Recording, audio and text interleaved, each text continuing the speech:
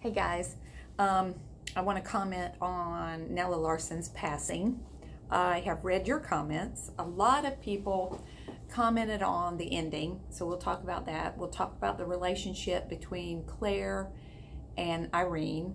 A lot of people commented on that. And Irene and Brian, Claire and Brian, Claire and Jack. So let's just talk about that a little bit. Okay, so I'm glad you guys, everybody seemed to really enjoy it. The primary question was on the ending. I hope I'm not ruining it for anyone, but I want you to realize that during this time, people often, there wasn't air conditioning, and so people would often leave the windows open to get a cross breeze. So it's not unusual for people to be sitting in the windowsill like that. You can also Google something called baby cages, and you will see that they actually had these cages they would put out the windows for people to put their babies out there so they could get fresh air. It's very strange. So it was not unusual for someone to be sitting sort of in the windowsill. When Jack comes in, or John, I think he's referred to both as John and Jack, that's Claire's husband. When he comes in, he has realized that Claire's secret, and says some rather vile things and runs toward her. But in the novel it says that he doesn't reach her before she goes out the window. And so the question is whether she commits suicide or if Irene pushes her. Pretty much Jack doesn't reach her before she falls.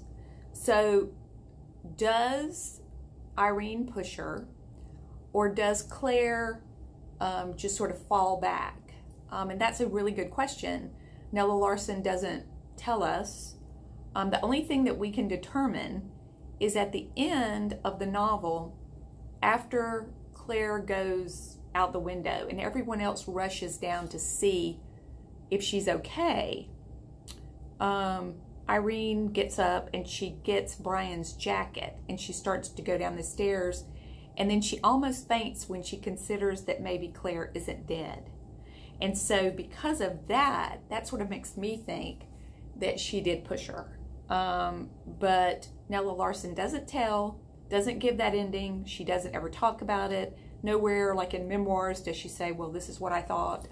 There aren't any like papers or letters or anything like that that you can look up and find out what she thought. Other people have commented on the homosexual undertones of the novel, and no, you're not reading anything into it. A lot of critics have discussed the homosexual undertones when Claire and Irene describe, and basically it's Irene describing Claire's beauty. A lot of modern critics think that that is some type of,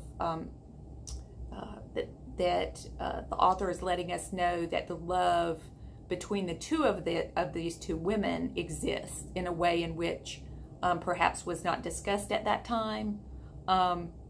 Again, Nella Larsen doesn't leave any letters. We don't know what her thoughts were on that. I do think that's interesting. And Claire is a very seductive, cat-like woman, meaning that she can love you and scratch you at the same time. And so I do think that when you look at the relationship that she has with Irene, she won't let her go, even though Irene tries to sort of, not call her back and that kind of stuff, and she constantly calls and calls and calls or sends letters and that kind of stuff. So there is that relationship that, exists all the time. So again, sort of ambiguous. If you felt that there was some underlying tones in there, though, you read it correctly. Irene and Brian have an interesting relationship in that Irene is really enjoying being a doctor's wife in New York, and she can visit Chicago and she can go all these places, and she's loving that. She does her society work. Brian is very unhappy. He doesn't like living there, and the reason he doesn't like living in the United States is because of the lynchings that he's still reading about that are going on, and he's afraid for his boys. And so he wants to move to Brazil and do work that would sort of be like Doctors Without Borders. But Irene doesn't want to do any of that type of stuff. She's not interested in that at all. And I think that, you know, there's a couple of times in the novel where it mentions that Brian takes Irene home because she's tired, and then he takes Claire home, and then he comes home. And sometimes because Irene is always late coming downstairs, she will catch Claire and Brian sort of with their heads together.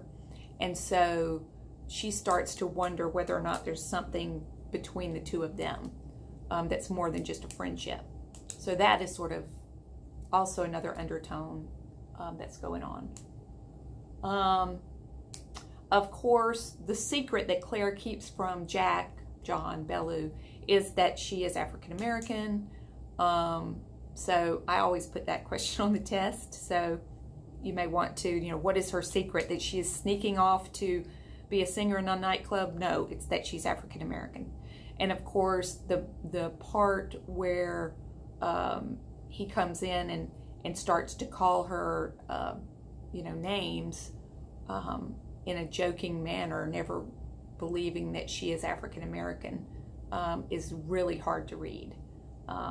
That somebody has to give up their entire life just to, and their essence of who they are, to live with someone.